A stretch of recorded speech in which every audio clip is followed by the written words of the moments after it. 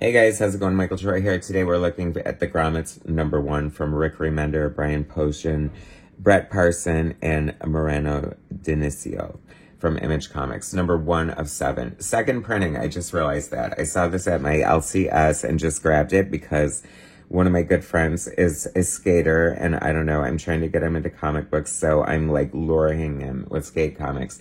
And I really love the art on this cover. I guess I missed the boat the first time around on the first printing, but I'm happy to pick up the second printing here. So much fun. Sacramento, California, 1984. So I am like an 80s kid for sure. And like the splash page, like count me in already. Like this old school Taco Bell. I don't know the palm trees. I live in LA, but I grew up in Ohio, and I don't know. I do love California. I can't lie. So I love that this takes place in California. It's about skating. Apparently Grommets is a name for like an up and coming future amazing skateboarder or something like that. I love that they're going through this drive through and he gets like a big hunk and a Coors tall boy and he's driving and drinking the Coors. Very, very sign of the times. This is like definitely a period piece, and that period is the 80s. And, you know, I mean, I suppose we have Stranger Things to thank for, you know, amping up 80s, what do you call it, nostalgia, but amen, thank you, praise be, we'll take it. This art is so beautiful. It like is giving me like National Lampoon vibes in a way, you know, like kind of Mad Magazine, how it's like realistic, but like a beautiful blend of like realism and cartooning at the same time, bordering on caricature.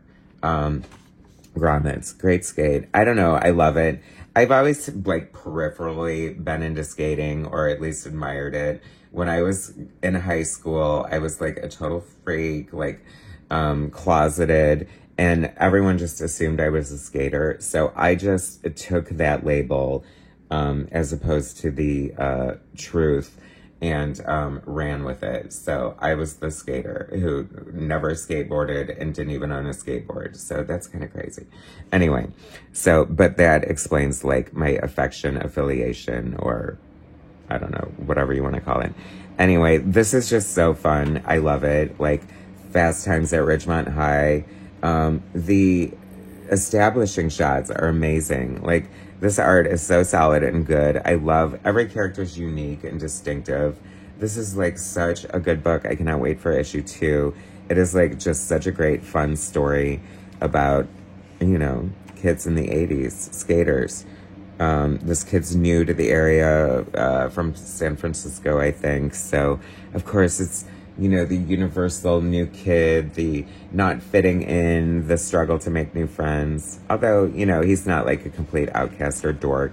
He tries to befriend, you know, I don't know, I guess, are these the cool skater kids? They look like total assholes to me. I would not want to be their friends.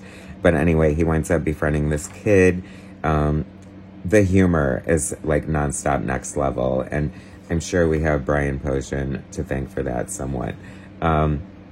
But I love it. Like, this threw me right back to the 80s, and I miss it. I miss it. These are terrible times, people. I feel sorry for you.